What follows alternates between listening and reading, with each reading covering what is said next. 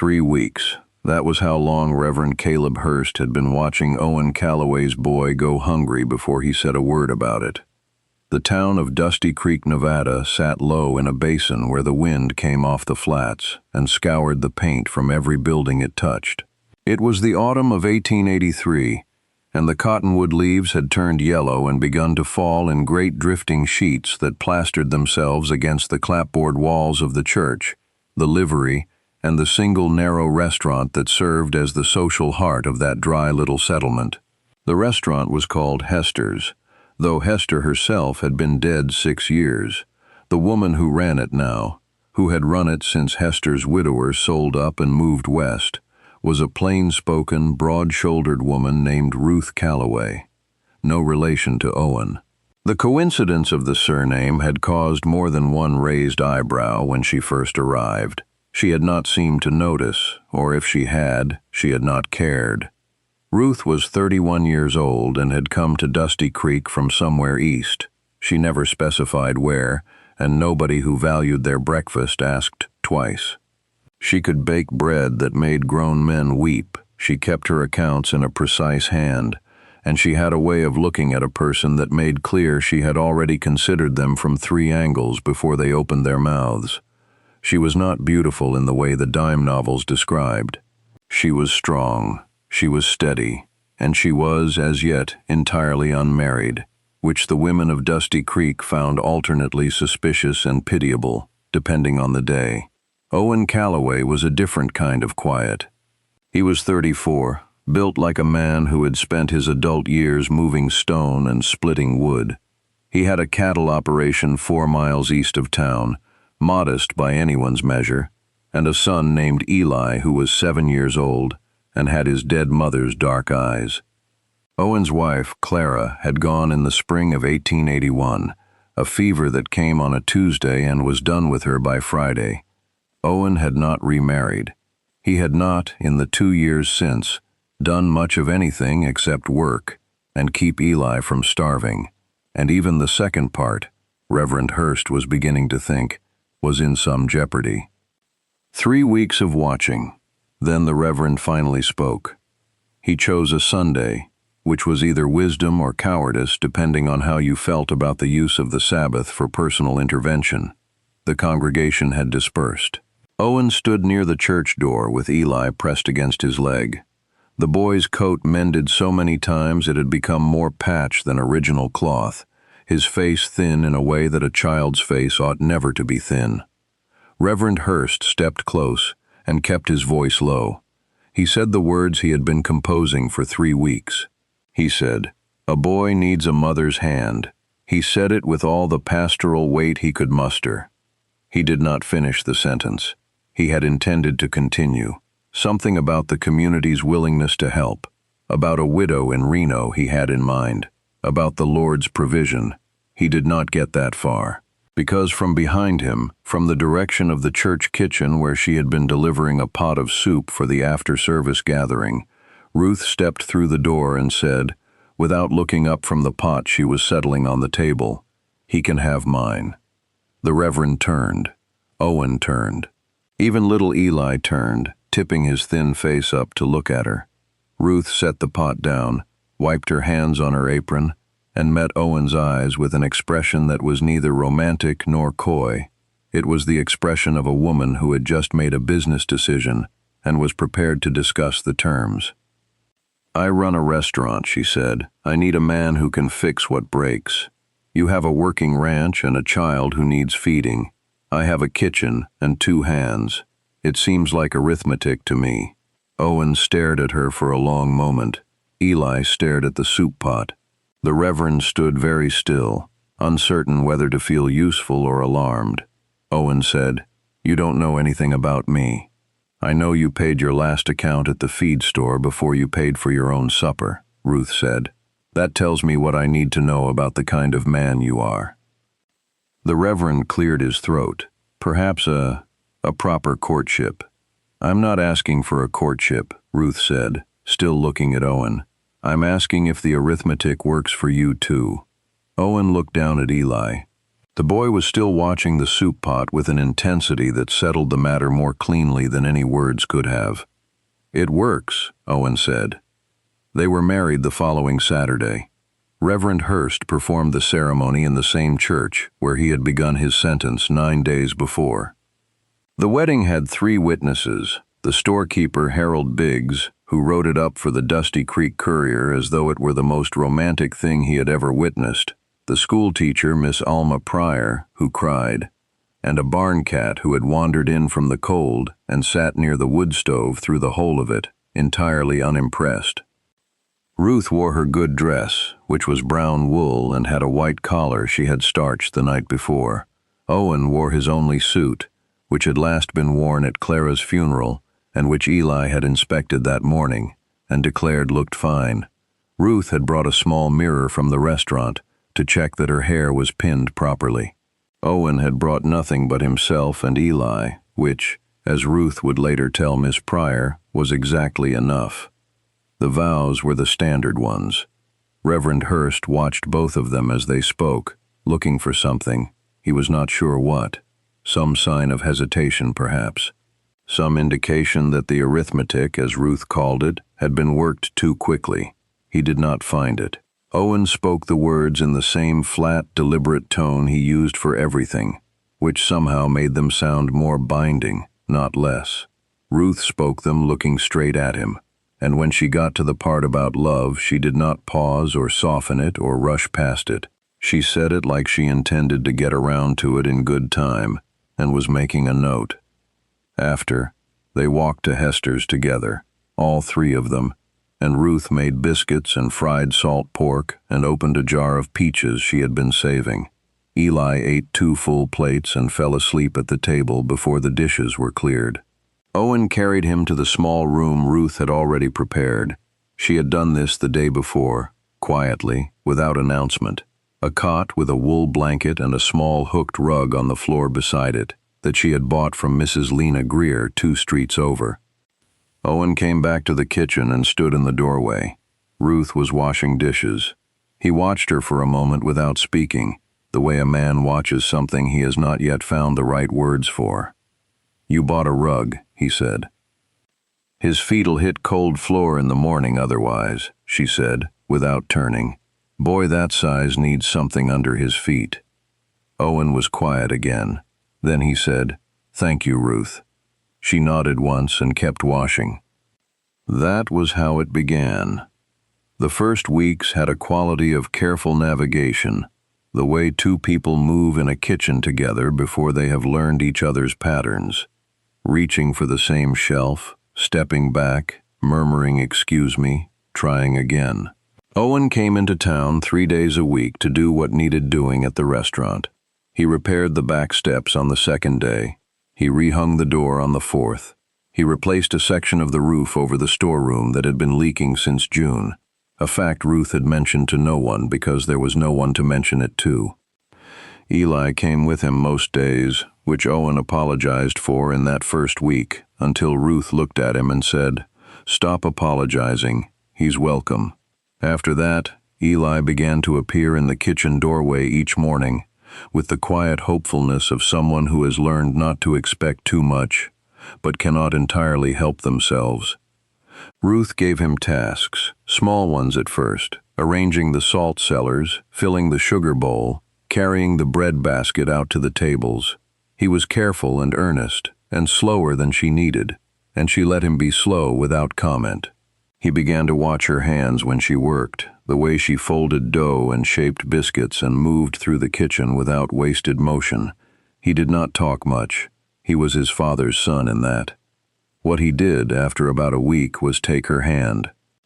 She was walking him from the kitchen to the dining room, both of them carrying something, and he just reached up and put his small fingers around 2 of hers, as though it were a thing he had always done. She did not look down. She did not comment. She kept walking. But she adjusted her grip so his hand was held properly, safely, and she did not let go until they reached the table and had to put things down. That evening, when Owen came to collect him, Eli was in the kitchen helping Ruth roll out pastry. Owen stood in the doorway and watched them for a moment. He did not say anything, but when they walked home that evening, Eli held Owen's hand all the way down the main street, chattering about the pastry and the way Ruth had shown him to press the edges, and Owen listened to every word. November arrived in a gray mood and stayed that way. The cattle needed more attention as the cold came on, and Owen's trips to town grew shorter and sometimes had to wait 2 or 3 days. On those days, Ruth ran the restaurant alone, which she had done for years and could do in her sleep, but which felt different now in a way she did not immediately name. She named it eventually. It felt emptier, not in the way it had been empty before, which had simply been normal. This was a different kind of empty, one that was aware of itself. She caught herself setting 3 coffee cups instead of 1. She caught herself making extra soup. She caught herself saving the heel of the bread loaf, which Eli had discovered he liked best, because her father had liked the heel of the bread too, and there had always been someone to save it for once. Harold Biggs at the general store noticed that Ruth was buying more flour. He mentioned this to his wife, who mentioned it to the widow Pearson, who mentioned it to 3 other women before Sunday. The conclusion reached, after some consideration, was that the marriage was either a great success or a terrible deception. Opinion was divided. Ruth paid no mind to opinion. What she paid mind to was the cold coming through the restaurant's east wall, which was poorly insulated and which she had always managed by simply wearing more wool in November. This year she mentioned it to Owen, not as a complaint but as information. He arrived the following Tuesday with timber and batting, and by midday the wall was tight. He worked without fanfare. She brought him coffee twice and did not hover. When it was done, he said it ought to hold through February. She said good. They were both better at actions than declarations. This was, perhaps, the deepest arithmetic of their arrangement. Then the trouble arrived, and it wore a 3-piece suit. His name was Bernard Crail, and he represented a land and water syndicate based out of San Francisco. He arrived in Dusty Creek on a Wednesday in late November with 2 associates and a sheaf of legal documents that he seemed to regard as more authoritative than the Bible and possibly more persuasive than a rifle. His business was water rights, specifically the rights to the creek that fed the basin, which fed the ranches, which fed the town. He had, he explained at a meeting he convened himself in the dining room of Hester's restaurant, already secured agreements with most of the landowners up the valley. He had a list. He named names. Owen Calloway's name was not on the list, not because Crail had not tried. He had sent a letter in October that Owen had read once, set aside, and not responded to. Now Crail sat across from Owen in Ruth's dining room and explained, with the patient courtesy of a man who was quite used to winning, that the syndicate's plan for the creek would significantly restrict access to seasonal water flow on the Calloway land. He used phrases like restructured allocation and compensated adjustment. What he meant was sign or dry up. Ruth stood in the kitchen doorway during this conversation. She had not been invited to sit down, which Crail had not intended as rudeness. It simply had not occurred to him that the cook might be the wife, or that the wife might be the one worth watching. This was his error. Owen listened to the entire presentation without interrupting. When Crail was finished, Owen said, "No." Crail smiled with his mouth only. He began to explain the legal mechanism by which the syndicate's existing agreements upstream would functionally reduce Owen's access regardless. "Then we'll manage," Owen said. "Mr. Calloway, this will not be profitable for you." "My land doesn't belong to a syndicate," Owen said, "and it won't." Crail turned to his papers. He produced a document that he slid across the table. He said that perhaps Mr. Calloway should consult with his wife before making a final decision. He said it the way men say such things when they believe a woman will urge the practical course. Ruth walked out of the kitchen doorway and sat down at the table. She picked up the document. She read it. She read all of it, which took 4 minutes. And in those 4 minutes, Crale's expression shifted from patience to mild surprise to something more careful. "This easement clause," Ruth said, pointing to a paragraph near the bottom, "it gives your syndicate access to surface water during what you're calling primary drought conditions. But it doesn't define what constitutes a primary drought condition. That's not an oversight." Crale said nothing. "Without that definition," Ruth said, "you can declare a primary drought condition whenever you choose and access the creek whenever you choose. This document doesn't restrict your access. It eliminates ours." She set it down. "We won't be signing this." One of Crale's associates started to speak. Owen looked at him, and the man stopped.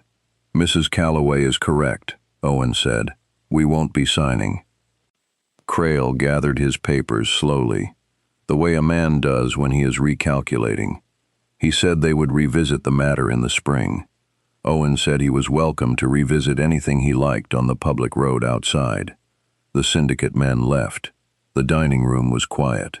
Eli, who had been sitting in the corner behind the counter with a biscuit and a look of concentrated neutrality, let out a breath that was almost a giggle.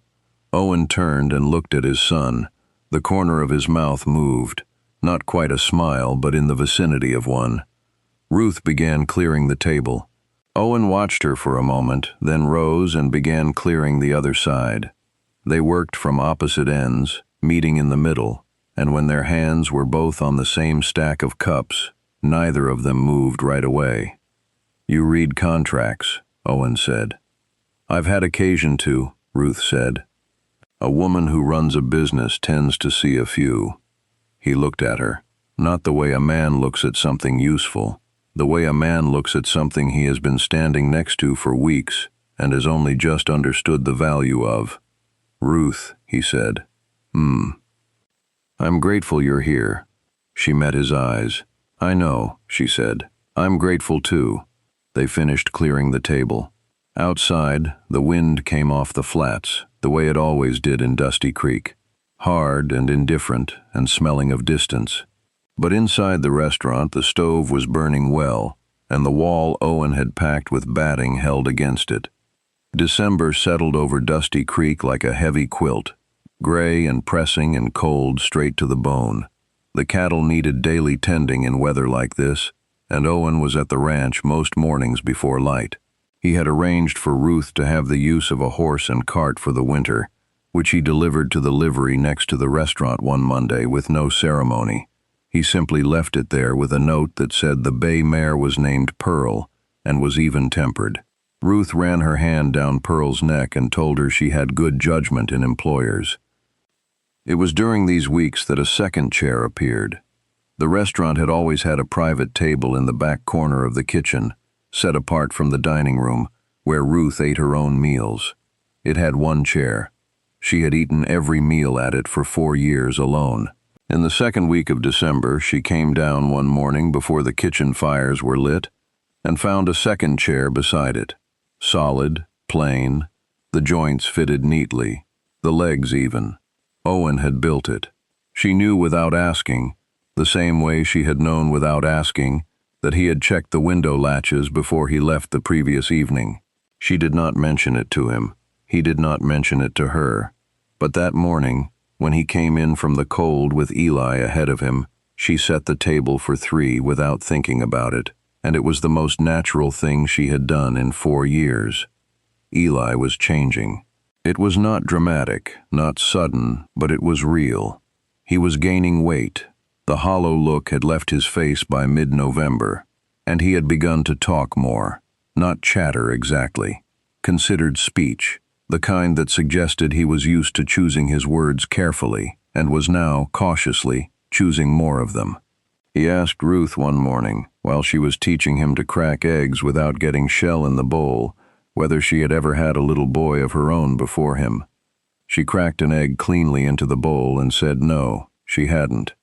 He considered this. He said, with the earnest directness of 7-year-olds, "Do you want one now?" She looked at him steadily and said, "I believe I've already got one." He thought about this for a moment, then went back to his egg with an expression of profound satisfaction that he tried and mostly failed to hide. Owen overheard this from the doorway. He did not come in right away.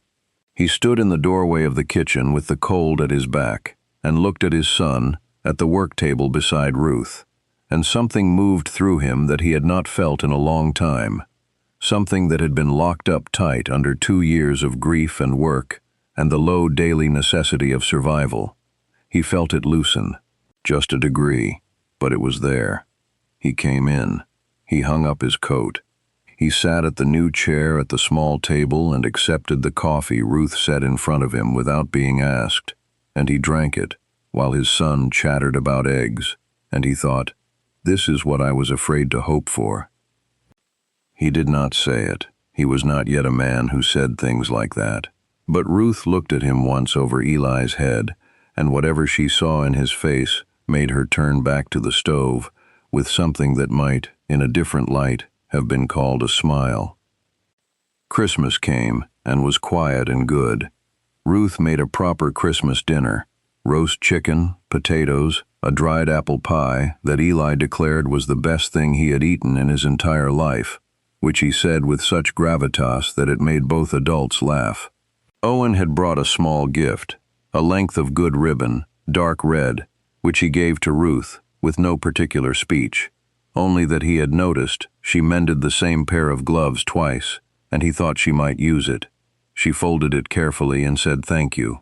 After dinner, she tied a piece of it around Eli's wrist because he had asked, and the rest she kept in her apron pocket, which Owen pretended not to notice.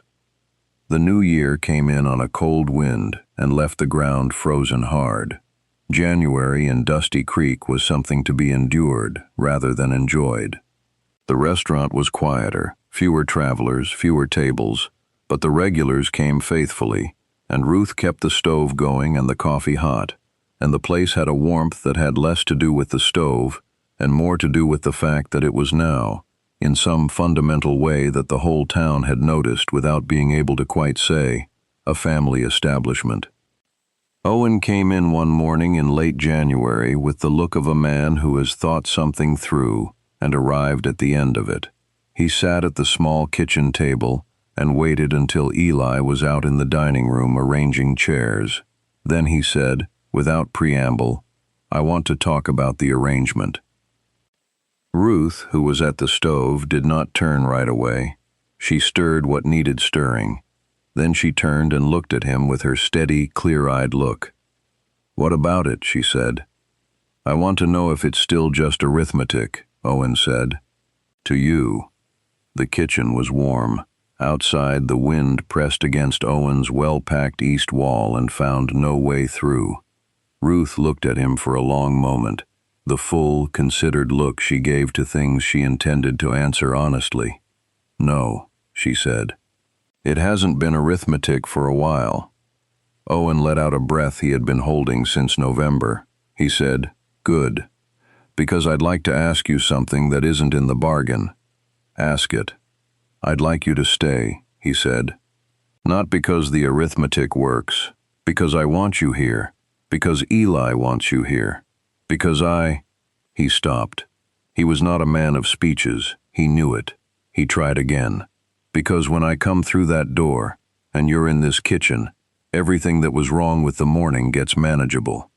And I don't want to go back to mornings where that isn't true." Ruth was quiet for a moment. The stove clicked and settled. "Owen," she said, "I built a shelf last week." He looked at her. "In the back room," she said, "for Eli's books. I built it because I plan to be here when those books are on it. I've been staying since December.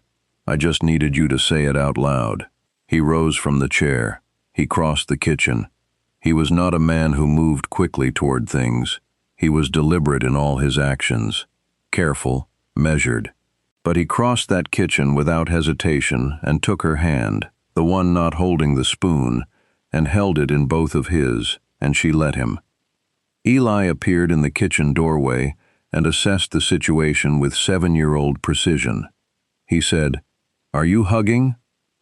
"Not yet," Owen said. Eli considered this. He said, "You should probably do that," and went back to the dining room with the air of someone who has been extremely helpful. Owen looked at Ruth. Ruth looked at Owen, and then they did. The spring came early to Dusty Creek, the way it sometimes does in Nevada, not gently but in a single decisive week, the frost pulling back from the ground, the cottonwoods sending out pale green shoots, the creek running full and loud off the hills to the north. Bernard Kroll and his syndicate did not return. Word came through Harold Biggs in April that the syndicate had shifted its interest to water rights further south, where the terms were apparently more agreeable. Owen heard this without visible reaction, which was his way. Ruth heard it and allowed herself one small, satisfied expression before continuing with the bread she was shaping. The ranch was doing better. Owen had a good spring calf crop, 8 head, all of them healthy, which was more than he had hoped, and 2 neighboring ranchers had agreed to a cooperative arrangement for the summer grazing. He was not prosperous, not yet, but he was no longer at the edge. There was breathing room, which he had not felt since before Clara died, and in that breathing room, things grew that had been too pressed before to take root. Eli had begun to help in the school's after-hours reading hour, which Miss Pryor had organized for younger children who needed extra attention. He went on Tuesdays and Thursdays. He was patient with the smaller children, which surprised Miss Pryor and did not surprise Ruth at all. She had watched him learn patience in her kitchen, the long, careful practice of tasks done right instead of done fast, and she recognized the shape of it in the way he sat with a child and pointed to words without hurry. One afternoon in May, Owen came to the restaurant near closing time and found Ruth and Eli both at the small kitchen table. Eli reading aloud from a book of stories, Ruth listening with her mending in her hands. Owen stood in the doorway, just as he had in December, and watched them. The evening light came through the west window in long golden strips across the table, across his son's face, across his wife's hands moving steadily through the cloth. He thought about Clara. He did, sometimes, in moments like this. He thought about her the way you think about the place a wound was, not with pain, not anymore, but with a kind of permanent tenderness for the scar. She would have liked Ruth, he thought. That felt true. It felt important to let it be true. He came in. He pulled his chair to the table. He sat, and when Eli looked up from the book and said, "Do you want me to start from the beginning?" Owen said, "No, I'll catch up from here." Ruth looked at him over Eli's head and said nothing. She did not need to. She went back to her mending, and Owen sat with his family in the evening light, and outside, the creek they had kept ran clear and full and unbothered, and the cottonwoods were green, and the wind, for once, was nothing more than a warm and gentle thing. The shelf Ruth had built in the back room now held 7 books. The red ribbon was still in her apron pocket, though she no longer thought about it being there. It had simply become part of what she carried. The second chair at the small kitchen table had a slight scuff on its left leg from where Eli pushed back too quickly, which Owen had noticed and chosen not to repair, because the scuff was evidence of a boy living without fear in a room where he was welcome, and some things ought not to be smoothed away. They stayed. They kept staying. And every morning Owen came through that door and found Ruth in that kitchen, and every morning the wrong things about the morning became manageable, and that, in the end, was what they had both been looking for all along, not a grand and sudden love, but a steady, daily, chosen one, built board by board and biscuit by biscuit, and strong enough to last.